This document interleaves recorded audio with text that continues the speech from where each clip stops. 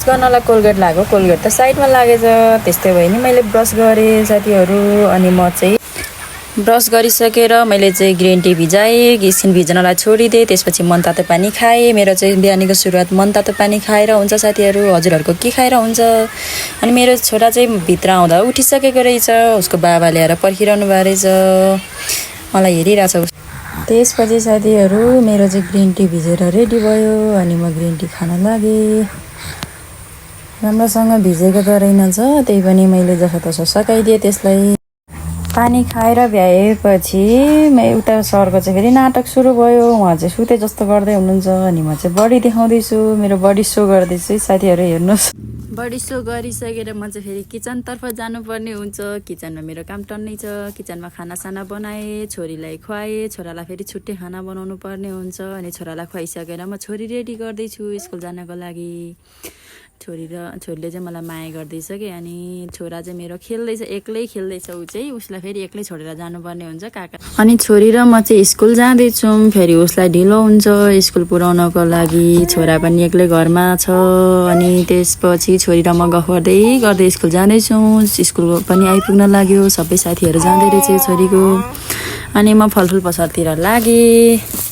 तरकारीहरू पनि लानुपर्ने थियो तरकारी पसल पनि हो फलफुल पसल पनि हो अनि दिदी र म चाहिँ हिजो नेल पलिस मैले दिदीलाई हालिदिएको थिएँ अनि दिदीले जिस्काउँदै हुनुहुन्थ्यो नेल पलिस मात्रै लगाइदिने अनि अर्को कपडाहरू चुराहरू नदिने भन्दै जिस्काउँदै हुनुहुन्थ्यो अनि मैले नेल देखाएँ यस्तो भए पो मेरो हात भन्दै हुनुहुन्थ्यो अनि मैले उहाँको हातमा चाहिँ माया गरेँ अनि हाँस्दै हुनुहुन्थ्यो उहाँ चाहिँ अनि त्यसपछि म तरकारी छान्नतिर लागेँ बनाना लिएँ थोरै मात्र लिएँ किनभने त्यो अलिक काँचो काँचै हुन्छ अनि एप्पल पनि लिएँ मसरुम पनि लिएँ अनि म घर फर्किएँ अनि आएर कपडा धुनुपर्ने थियो त्यही भएर घाम हेर्नु न कति धेरै घाम लागिरहेछ अनि आउँदा त छोरा रुँदै रहेछ मलाई देखेर झन् रुयो अनि म कपडा धुनतिर लागेँ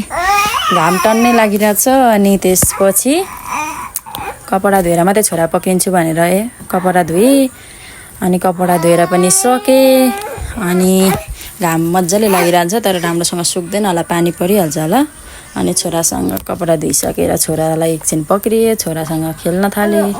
अनि खाना खाएँ नुहाएँ छोरा सुताएँ एकछिन अनि त्यसपछि छोरी लिन जाने बेला भयो 1 बजी नै आज चाहिँ छुट्टी हुन्छ छोरीको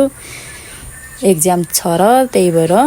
म छोरी लिन जाँदैछु अनि छोरी लिएर पनि आएँ गफ गर्दै आउँदैछौँ हामी चाहिँ छोरीलाई चाहिँ मैले के खाजा खायो स्कुलमा भनेको मोमो खाएको मिठै थिएन भन्दै थियो भेज मोमो थियो नि त त्यही भएर अनि छोरी र म चाहिँ गफ गर्दै आउँदैछौँ साथीहरू अनि छोरी